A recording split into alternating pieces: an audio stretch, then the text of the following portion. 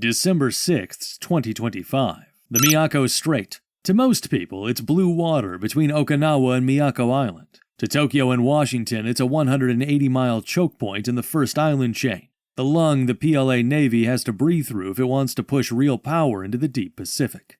And on this Saturday, the air over the strait was humming with the sound of high-bypass turbofans. Japanese F-15J Eagles were doing a standard shadowing operation on Liaoning, the PLA Navy's first aircraft carrier transiting the strait toward the Pacific. Normally, intercepts run on Cold War manners. Fly parallel, take high-resolution photos, display markings, let both sides collect their evidence and go home. It's a rigid dance of steel, professional enough that nobody has to tweet about it afterward. But on December 6th, that script got torn up. Tokyo defense officials say carrier-launched J-15 Flying Shark fighters illuminated the Japanese jets with fire control radar in two separate incidents. That word, fire control, is the line. A search radar is a flashlight sweeping a dark room. Something's out there. A fire control lock is crosshairs. The radar stops casually scanning and switches to single target track, feeding a fire control computer the data it needs to calculate a firing solution for a radar-guided missile.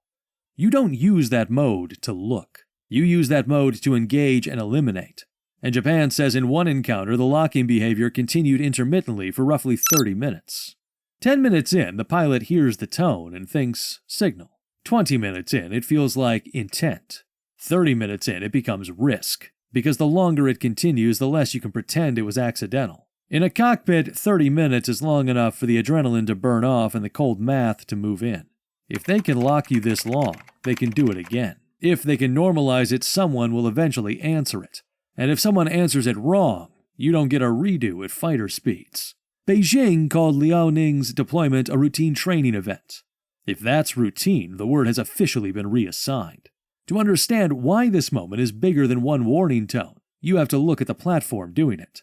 Liaoning is often dismissed as a training carrier, a refurbished Soviet hull with a ski jump ramp that limits takeoff weight, and critics argue it can't sustain high-tempo combat operations the way a modern flat-deck carrier can. That's the Western narrative, learning ship. That weekend, the PLA Navy tried to turn it into learning to fight. Japan reports Liaoning's carrier group, escorted by 3 modern missile destroyers, conducted approximately 100 fighter takeoffs and landings while transiting toward the Pacific. In carrier aviation, sortie generation rate is the truth serum. Not how many jets exist. How many can you fuel, arm, launch, recover, and cycle in a day while the ship is moving and the deck is packed with live ordnance. About 100 takeoffs and landings in a short operational window, through a contested choke point, turns training into a high-intensity combat rehearsal on Japan's doorstep. And when deck crews can move jets, weapons, and fuel like choreography, the implication is simple. The PLA Navy is moving past learning to fly and into learning to fight. That means practicing saturation strikes, defensive combat air patrols, and, as the Japanese F-15s found out, aggressive anti-air warfare procedures, the kind where you don't just fly close, you lock. If the radar lock was a jab, what followed widened the aperture. On December 9th, Beijing announced the 10th China-Russia Joint Strategic Air Patrol, long-range, nuclear-capable bombers operating through air defense identification zones over the East China Sea and the Western Pacific. South Korea scrambled fighters. Now you have China, Russia, Japan, and South Korea in the same tense air picture. Multiple militaries reading each other's tracks, multiple command chains, multiple chances for a routine intercept to become the wrong kind of headline. This is the multinational furball problem. One misread track, one malfunctioning transponder, one pilot trying to be heroic on camera, and suddenly the story isn't patrol, it's incident. And the timing wasn't accidental. It's a dilemma of force. Pressure in the south, a carrier group pushing through a critical choke point.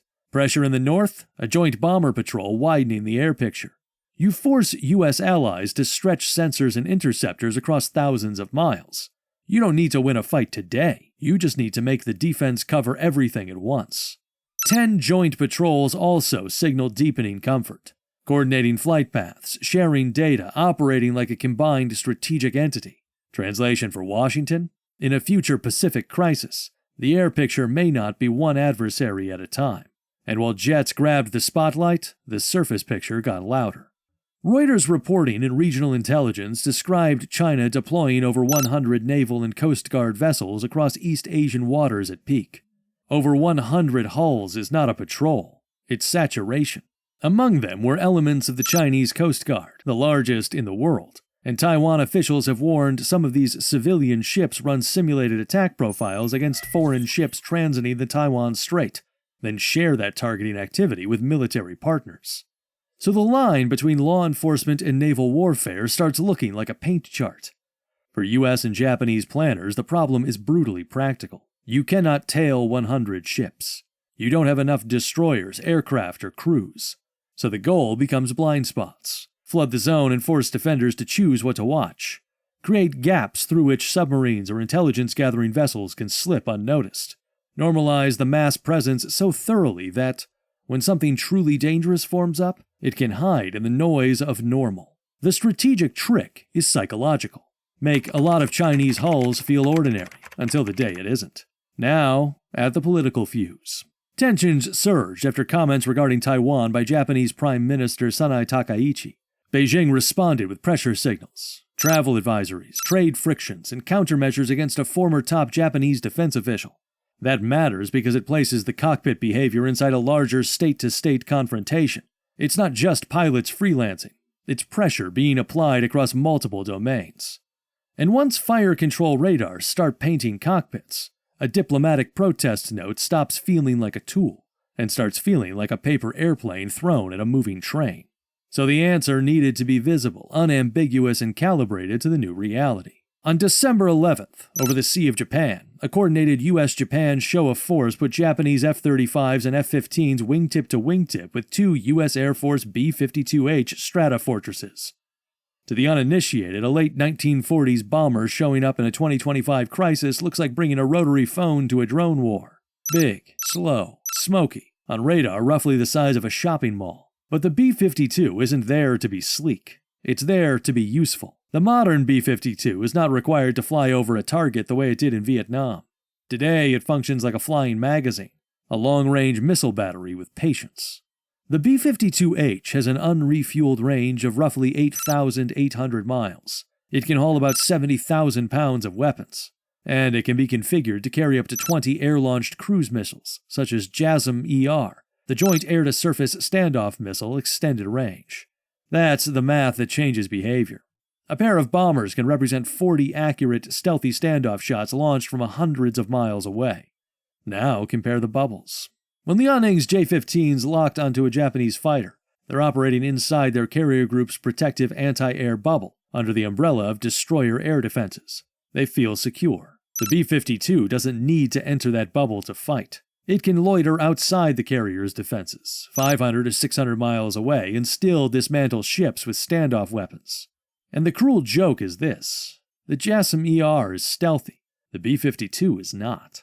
The bomber shows up on radar to let you know it's there. It draws your attention. Meanwhile, the weapons it can carry are designed to be much harder to see until impact.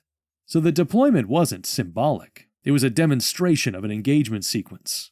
A reminder that while China can flood the zone with hulls, the US can neutralize ships without ever exposing its pilots to the densest air defenses. Message? We can touch you, but you cannot touch us.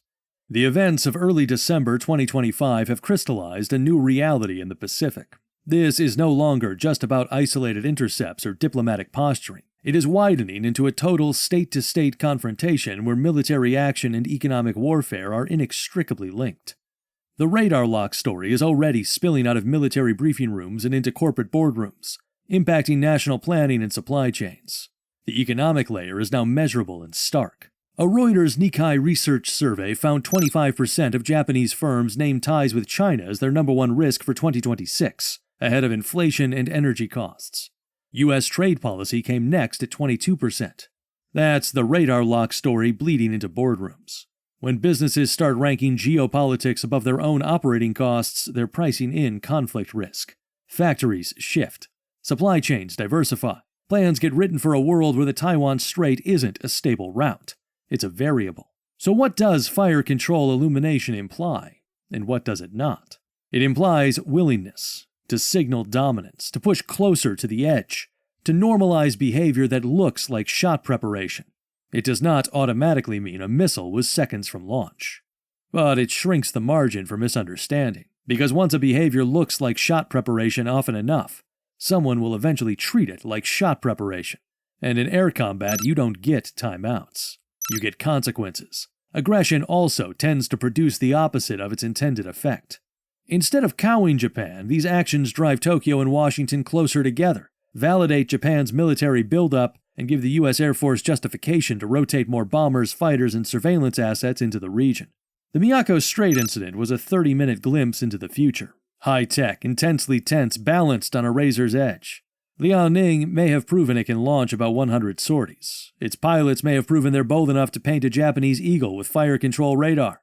But in doing so, they awakened a response that includes the heaviest hitters in the American arsenal. The question now isn't if another incident happens, but when. And the next time a pilot flips that switch from search to track, the pilot on the receiving end might not just listen to the warning tone. He might decide to clear the skies. As the B-52s return to base and Liaoning steams back to port, the water may look calm, but make no mistake, the lock may break, but the radar is still spinning. And in the dark rooms on both sides of the Pacific, the red lights are blinking faster than ever. Bye for now.